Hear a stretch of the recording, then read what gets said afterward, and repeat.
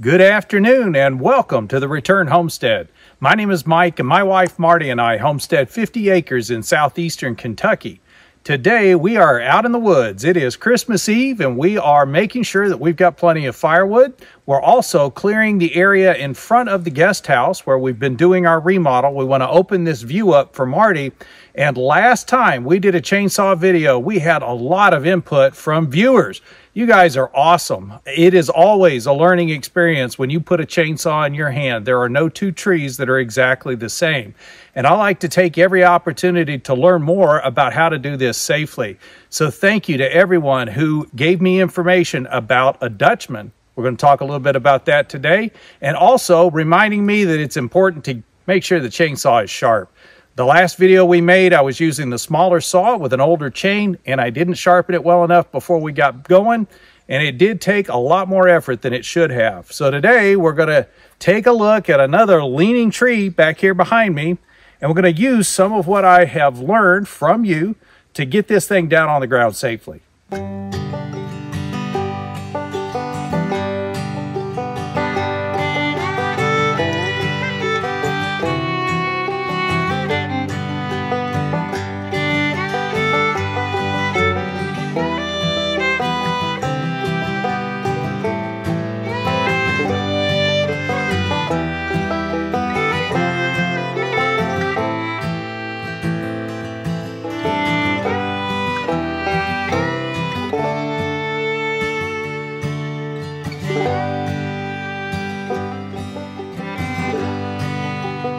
Cutting the tree always begins with an assessment of exactly what it is you're taking down. You can see the house. It's just up there at the top of the hill. The tree is leaning away from the house, so the house is definitely not a target that we're concerned about here. The tree's not going to fall on it. There are some other smaller scrub trees in here. They're not going to hold this tree up at all. There are a lot of branches on this tree, but they're all on the top side of the log for the most part. So it should come down fairly smoothly. Looks like it'll come up just short of that large maple over there. I also don't want this rolling down the hill, so I want to make sure I've got plenty of cover. Small tree standing up here, so if the log does decide to start rolling, it's not going to go very far. At the very least, it's going to get hung up right in here. And that's kind of important to make sure it doesn't roll downhill because Marty's standing right down there. Say hi, hun.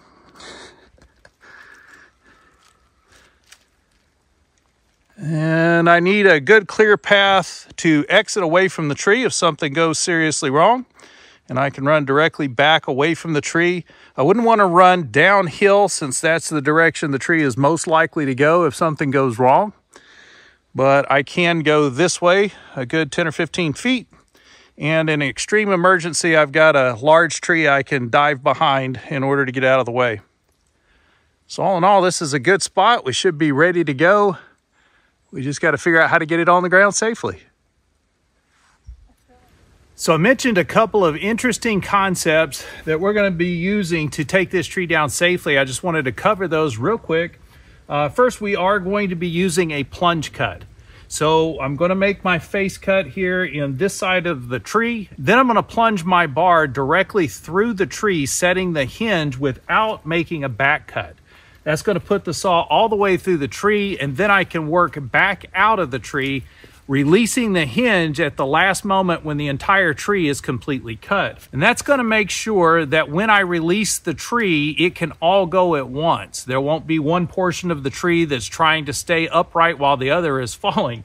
So we're going to release the tree all at once by doing a plunge cut and cutting out of the wood instead of into the wood. We're also going to double check our hinge. I'm going to deliberately try to put in a hidden Dutchman. So I'm going to deliberately try to miscut the notch on the tree so I can show you what that looks like. There was a couple of people that commented on the last video that warned me that I had a hidden Dutchman in the last cut that I did on a leaning tree. And I couldn't figure out how they knew that since I never showed the inside of the notch. Now, it turns out they were able to tell because of the way the tree fell. I've watched that video several times, and I agree. There was a hidden Dutchman on that one, and it was particularly dangerous. With a leaning tree, the danger is that the tree would begin to fall and then suddenly stop. So what happens is that right in the bottom of the notch, where it comes to a V, there's one tiny little piece of wood that's sticking up, or there's one portion of the notch that's overcut. And that allows the tree to fall only a tiny bit, maybe a couple of millimeters before it stops. And it's when it hits that sudden break that the tree can barber chair. What happens is the tree at the base stops moving, but the top of the tree continues, and it literally rips the tree in half. So I want to make sure I don't have a Dutchman on this one. I'm going to try to cut one intentionally so I can show you what it looks like, and then we'll clean it up before making the back cut. And just to make sure this goes a lot smoother than last time, I do have the big saw out here, and I did take time to make sure I had a good sharp chain before we got started. So let's crank this thing up and see what the cut looks like.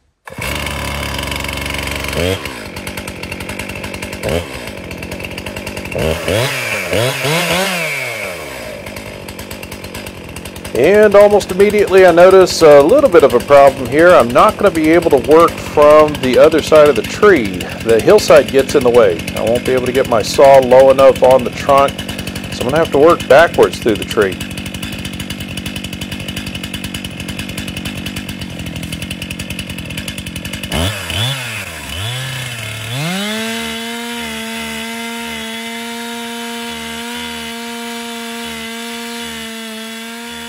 Okay, so the chain's not as sharp as I would like. I do use a sharpener that does take the rakers down, but it just doesn't feel like it's biting into the wood. I'm going to have to spend a little extra time taking those rakers down a little bit further so I get a deeper cut next time.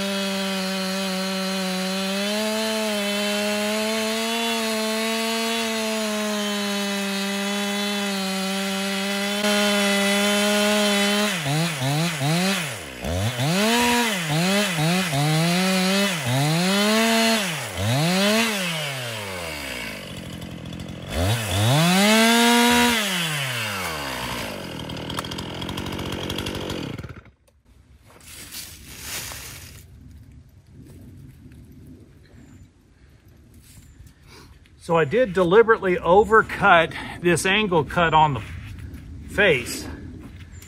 And what it does is it creates a little bit of tray down here in the bottom of the notch. And when that notch closes, when this tiny little gap closes up, that's what stops the tree from falling suddenly, and the top of the tree can snap the rest of the tree up. So you want to make sure that this hinge is completely clean, so once the tree starts falling, it's going to continue. Wow. Sap's running. Yeah. That's why I was having a hard time getting it to cut. You guys may not be able to see this, but this is a maple tree. And it did go from about 30 degrees in the early morning up to well over 40 now. It's up in the 50s now. So we do have sap running in this tree. And it is dripping off the edges of my face cut already.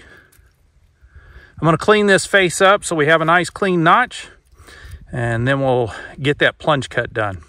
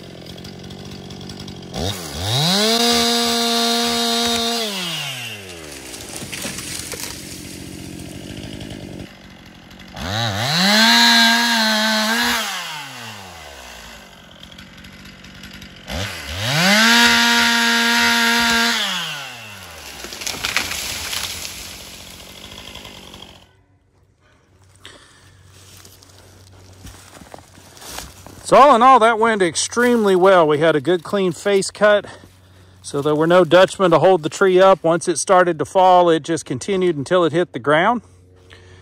We did have a good enough hinge here that the wood did splinter and pull loose, allowed the tree to fall down nice and smooth, lay down right where we wanted it. Nice flat level back cut. And sure enough, it released when I cut that last little bit of wood. The tree went ahead and fell over. Nice and clean, no chance for a barber chair to take place. And yes, we came up just short of that large maple tree over there. In fact, the tip of the tree just hit the trunk. And welcome down to Lake Return. Here on the Return Homestead, we've been working down here on the lake. Marty wants to clear off as much as she can around the lake itself. We want to get more sunlight down to the lake. So we're using every opportunity we have the chainsaw out to come down and take a few trees down. It would probably take us a good month to take down all of these trees at once. So we're just going to take them down a little at a time as we go. So we're going to pull down a couple of trees right here by the lake. So the last time we were down here at the lake, we took the trees off of this little point where the roads come together, and we worked it back to this hemlock. We've still got that hemlock log sitting out here. I need to buck that out. I hit a rock while we were bucking it out, and that kind of killed our evening when we were working on it. And then I'm going to take down this little grouping of 3 trees right here. They're kind of twisted together. We're going to have to do a little hacking away on the one small tree to get it out of the way. And we're going to take these trees down and get them all bucked out.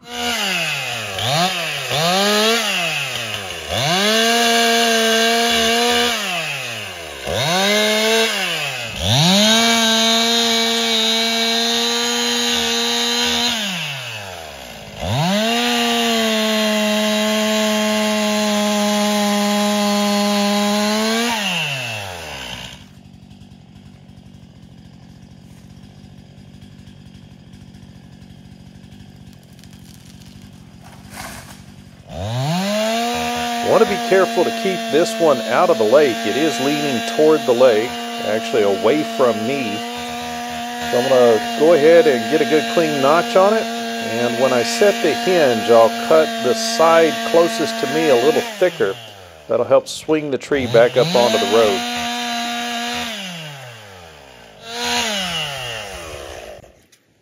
This tree is leaning out toward the lake. I'm going to have to use some wedges to push it over. It does not want to fall.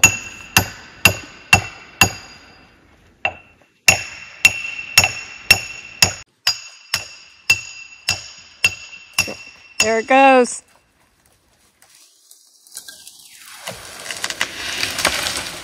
Oh no. Way too far over. Yep. Whoops, I guess I didn't need to swing that one over.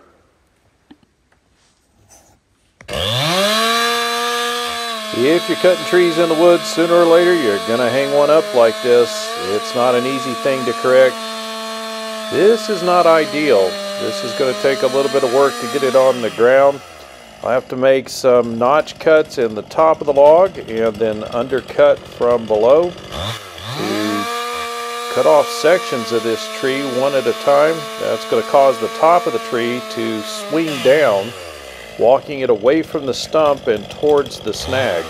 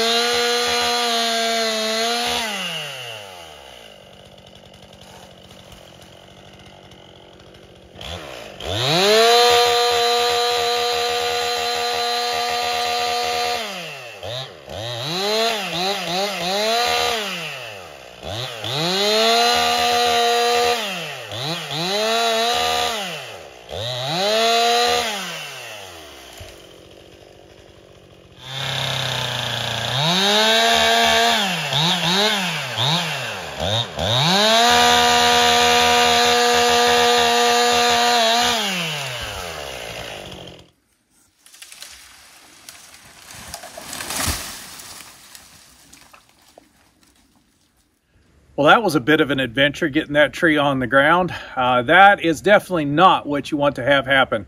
But if you're out in the woods cutting trees, sooner or later you're going to hang one up. There's no way to avoid it. Knowing how to get that thing unstuck is kind of critical. So the first few times I hung one up, the way I tried to get it down was by throwing a rope over the top of the tree and trying to drag it out of the tree it was hung in. Don't waste your time. Those top branches are so springy, you're going to pull on it all day and nothing's ever going to pop loose. The only way I found to get them down when they're hung like that is what you saw me do, cutting it down just a little bit at a time, walking the tree further and further away from the stump, and eventually you're able to get it on the ground. So that's the labor. This is what we did for Christmas Eve. This was our fun for the day. We went out and enjoyed cutting down a few trees. We've had a good time doing it. We've got all of this land that we have to work on, and there is so much work to do out here that there's never an end to something interesting to go do for the day. So return to the land, return to the labor, and return to life. We've also enjoyed just sitting down here and talking about our homestead life here on the Return Homestead. If you haven't subscribed to the channel yet, please go ahead and do so. Hit that thumbs up button while you're in there so the algorithms know you enjoyed it. They'll push it out to more people. We'll see you next time. Merry Christmas.